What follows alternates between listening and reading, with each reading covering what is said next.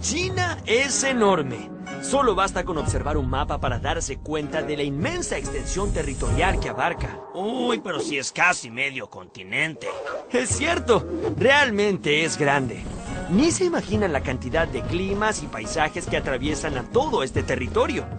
China es un mundo en sí mismo, con tupidas selvas, desiertos abrumadores, montañas infranqueables, llanuras fértiles, densos pantanos y planicies congeladas. Los chinos observaron que el mundo estaba compuesto por cosas muy diferentes, y cada cosa tenía su opuesto. Así fueron descubriendo que la naturaleza tenía un equilibrio, una armonía entre fuerzas diferentes y opuestas. Entonces, si en algún lado hacía frío, era porque en otro estaba haciendo calor. Si existía la tierra, era porque también existía el aire. Si el sol alumbraba durante el día, era la luna la que reinaba sobre la noche. Si había varones, pues debía haber mujeres. Estas observaciones sobre la naturaleza que los rodeaba fueron la base de la famosa tradición o sabiduría china, con la que construyeron una gran civilización que ha perdurado por miles y miles de años. La formación del imperio. Trazando una línea justo por el centro de China, vemos al río Amarillo. Ahí comenzaron a desarrollarse los primeros pueblos que antecedieron a esta gran civilización. ¿Saben cuándo? ¡Uf! Como 5000 años antes de Cristo. Alrededor de 1500 años antes de Cristo, todos estos pueblos fueron dominados por unos temidos gobernantes llamados los Shang. Ellos eran todos descendientes de la misma familia, y por ello se les adjudicó el título de dinastía. Luego de los Shang, otra dinastía tomó el control de este territorio. Estos fueron los Zhou, que gobernaron hasta que el Imperio Medio entró en una etapa de ¡todos contra todos! Esta fue llamada la época de los reinos combatientes, que duró hasta el 221 a.C., cuando una nueva dinastía de gobernantes guerreros logró unificar el país y establecieron el imperio que le dio a China su nombre, los Qin. Qin Shi Huang se proclamó emperador, el primero de toda la historia de China. Era considerado hijo del cielo. Nadie podía discutirle nada y su poder era considerado mágico. El señor de los hombres no podía jugar, no cantaba ni reía. Debía sostenerse siempre de pie y sus movimientos eran muy lentos. Qin Shi Huang fue el gran organizador del imperio. Él impuso las leyes, construyó un sistema de carreteras y canales para facilitar el comercio y creó un sistema unificado de dinero, calendario y escritura. Todo debía estar reglamentado. Qin Shi Huang era un verdadero meticuloso del orden. Pero entonces sucedió que el pueblo empezó a enojarse cada vez más. Y en representación de todos, 460 sabios se opusieron a las medidas del emperador. Y Qin Shi Huang no vaciló y los mandó a matar. Luego todos los libros de los sabios de China fueron quemados en grandes hogueras. Esto es lo que llamamos gobernar con mano dura. ¡Uf! La Gran Muralla. Qin Shi Huang, el primer emperador chino, quería defenderse de los posibles ataques de los bárbaros del norte. Así que en el siglo III a.C. decidió comenzar a construir un gran muro para que ningún ejército enemigo pudiera atravesar las fronteras del imperio. Este muro fue la Gran Muralla China. La construcción de la muralla fue realizada en varias etapas y a lo largo de más de 2000 años. ¿Y saben qué? Fue hecha completamente a mano. Se trata de un muro de 9 metros de alto que llegó a medir 7.300 kilómetros de largo, tanto como la extensión de toda América del Sur. Este muro serpentea por valles, montañas y desiertos, uniendo más de 25.000 torres de guardia. Construir esta muralla fue un esfuerzo sobrehumano. Para ello, el emperador reunió a miles de hombres que trabajaron como esclavos bajo una disciplina militar. Muchos de ellos fueron muriendo de agotamiento y sus cuerpos eran enterrados dentro de los muros en construcción. Así fue como la Gran Muralla se convirtió en el cementerio más largo del mundo. La muralla sirvió como defensa, pero también ayudó a la unificación del imperio, ya que por encima de ella se extendía una ruta por la que era posible viajar de una punta a la otra del imperio. Así, muchas caravanas de comerciantes podían transitar y vender sus mercancías sin temor a ser emboscados por bandidos ni ladrones. Transitar por estos lugares ahora es tranquilo. Un emperador como Qin Shi Huang tenía que tener un final de película. Y como para ellos la vida después de la muerte era muy importante, Qin Shi Huang se hizo construir una tumba en la que puso un ejército de 8.000 estatuas de guerreros de terracota. Pero hay algo más. Lo genial del ejército de guerreros de terracota era que no eran copias del mismo molde, sino el fiel reflejo de los seres humanos que en vida habían acompañado al emperador. ¡Ah! Me olvidaba. Si alguien osaba entrar en la tumba para perturbar el dulce sueño del emperador, había unas ballestas automáticas para resolver el problema. El maestro Kong. En el 551 a.C., mientras China estaba en plena época de los reinos combatientes, nació un hombre muy especial, que con el pasar de los años se transformó en un gran sabio y que con sus enseñanzas logró una doctrina que caracterizó a los chinos por más de 1500 años. Ese hombre fue Confucio, que nació en una familia pobre, aunque esto no le impidió trabajar y estudiar muy duro hasta convertirse en ministro de uno de los reyes que combatían por el poder. Pero un día, cansado de tanta violencia, traición y mentira, Confucio abandonó su cargo de ministro y se dedicó a caminar entre un reino y otro, con el fin de compartir la sabiduría.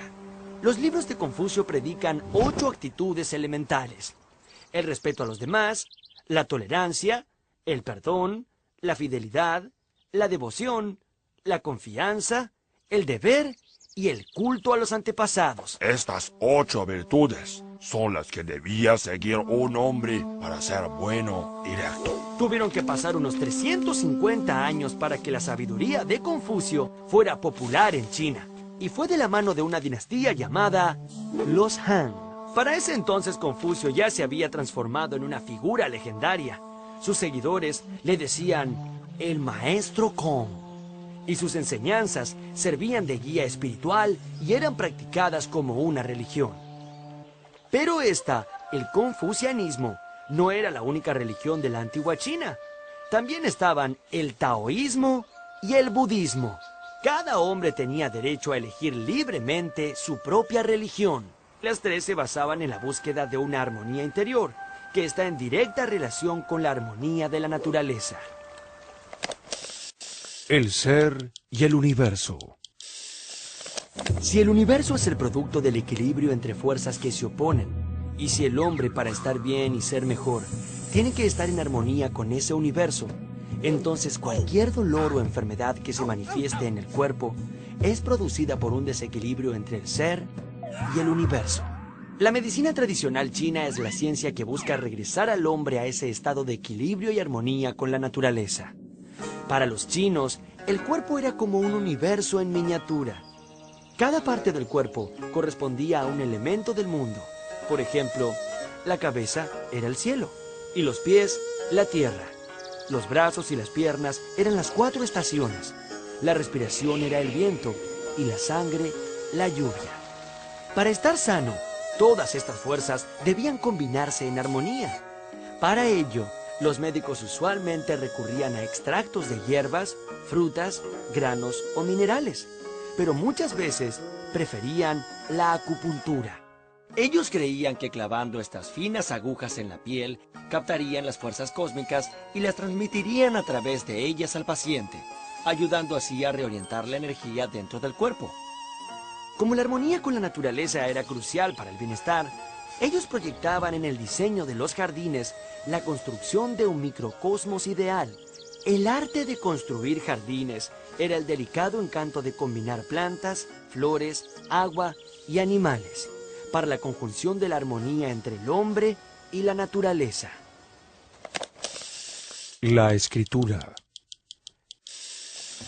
A, B, C, D. Cada letra de nuestro abecedario corresponde a un sonido.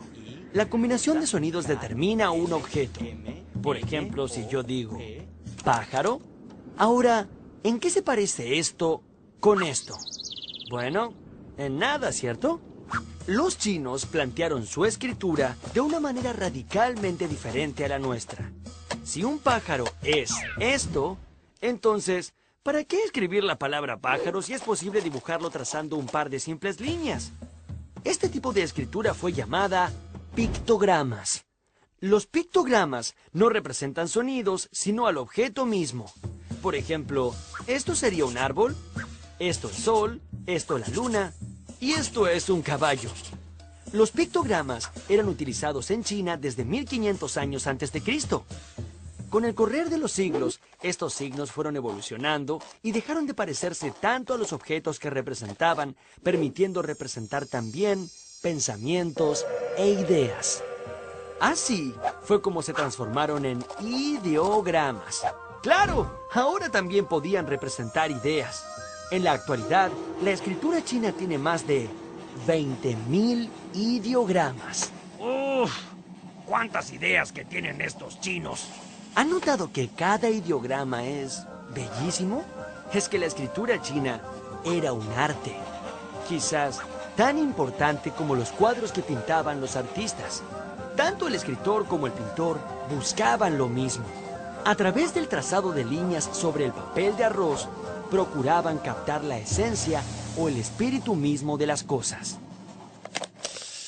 Los inventos.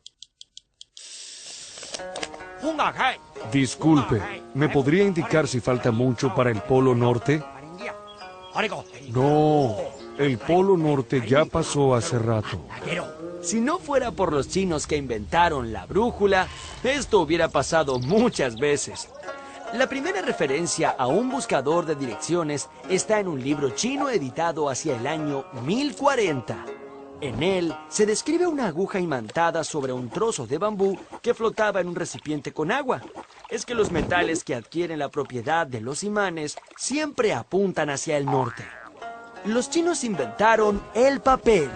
Y como si fuera poco, también inventaron un sistema para imprimir tinta sobre él. O sea, la primera imprenta. Los chinos fueron realmente muy ingeniosos e inventaron muchísimas herramientas y elementos técnicos y científicos. Por ejemplo, inventaron la pólvora. Esta sustancia compuesta por una mezcla de salitre, azufre y carbón vegetal fue utilizada en un principio para fabricar bellísimos fuegos artificiales. Ellos creían que así ahuyentarían a los espíritus de la noche. Pero quizá el descubrimiento que más sorprendió al mundo lo hicieron los gusanos. Nadie sabe cómo, pero hace más de 5.000 años los chinos descubrieron que cada uno de nosotros, justo antes de convertirnos en mariposa, hacíamos un capucho con un único y delgadísimo hilo enroscado que llegaba a medir casi 1 kilómetro de largo y que pesaba menos de 1 gramo. Muchas gracias, señor gusano. Este era el hilo de la seda, que era desenroscado pacientemente por las mujeres chinas y con él elaboraban una tela liviana, suave y muy delicada. Tan especiales eran las prendas hechas con seda que a ellas se les adjudicaba un valor mágico. Durante siglos, los chinos mantuvieron el secreto acerca de la fabricación de esta enigmática tela. Esto les permitió hacerse muy famosos y esa fama dio vueltas por todo el mundo. La ruta de la seda. En el año 138 a.C., el emperador Wu de la dinastía Han envió un embajador al encuentro de los pueblos de Occidente. Este salió de la capital del imperio en dirección oeste junto con escoltas y un centenar de comerciantes chinos. El largo viaje fue un éxito, y a su regreso, los comerciantes trajeron a su emperador valiosísimos artículos. De este modo, se abrió el interés de los chinos por el intercambio de mercaderías en toda Asia Central y Europa. Pronto esa ruta empezó a ser muy frecuentada y todos los comerciantes se encontraban en el oasis de Kashi. Esos largos viajes obligaron a los comerciantes y artesanos a relacionarse con hombres de costumbres muy diferentes. Los romanos se sintieron tan impresionados por esa tela que la compraban a precio de oro. Desde ese momento, la ruta pasó a ser conocida como la Ruta de la Seda. A mediados del siglo XIII, en plena Edad Media, el mundo conocido por la cristiandad no iba mucho más allá del actual Oriente Medio. Cuentos sobre monstruos y dragones hacían que muy poca gente de Europa se aventurara más allá del árido desierto de Arabia. Uno de los viajantes aventureros de esa época fue un comerciante veneciano llamado Marco Polo. Él decidió emprender el larguísimo viaje de un extremo al otro de la famosa Ruta de la Seda. Marco Polo vivió 20 años en China y llegó a tener una relación muy cercana con el mismísimo emperador. Cuando volvió a Europa, dictó un libro que apasionó a los europeos. En él, había intentado describir a la civilización con la que había convivido la mitad de su vida. En su lecho de muerte, su familia pidió a Marco que confesase si había mentido en sus historias sobre China. Marco se negó e insistió. China es tan vasta y maravillosa que solo he alcanzado a contar la mitad de lo que realmente allí he vivido.